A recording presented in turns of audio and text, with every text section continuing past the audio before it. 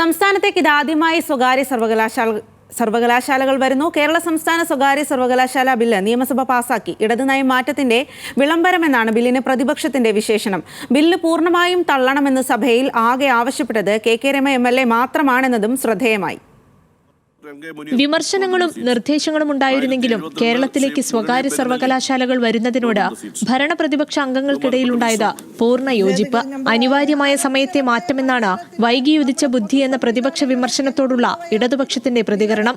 സാമൂഹിക നീതി ഉറപ്പാക്കും, സർക്കാരിന്റെ ഇടപെടലുണ്ടാകും, നിലവിലെ സംവരണ തത്വം പാലിക്കും എന്നിവയാണ് മാറ്റം മുന്നോട്ട് വെച്ച LDF സർക്കാരിന്റെ ഉറപ്പ്.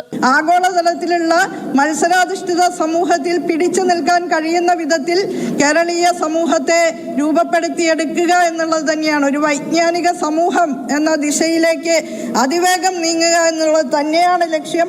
അതിനാവശ്യമായ നിലയിലാണ് ഈ സ്വകാര്യ സർവകലാശാല ബില്ല് അവതരിപ്പിച്ചിട്ടുള്ളത്.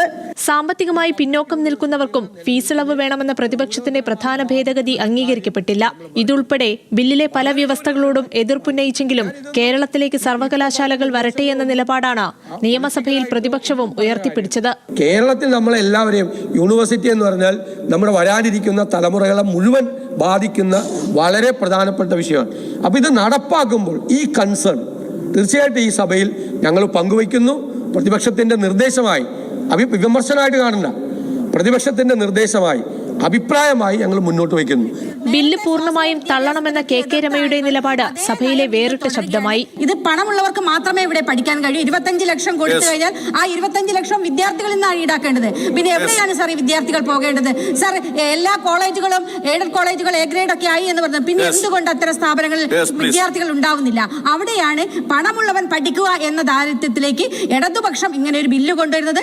തീർച്ചയായിട്ടും ഈ ബില്ല് എതിർക്കുകയാണ്. ഈ ബില്ല് പിൻവലിക്കണമെന്ന് ആവശ്യപ്പെടുകയാണ്. ഗവർണറുടെ അംഗീകാരം കൂടി ലഭിച്ചാൽ ബില്ല് നിയമമായി നിലവിൽ വരും. അതിനു പിന്നാലെ സ്വകാര്യ സർവകലാശാലകളും കേരളത്തിലേക്ക് വരും. ന്യൂസ് മലയാളം, തിരുവനന്തപുരം.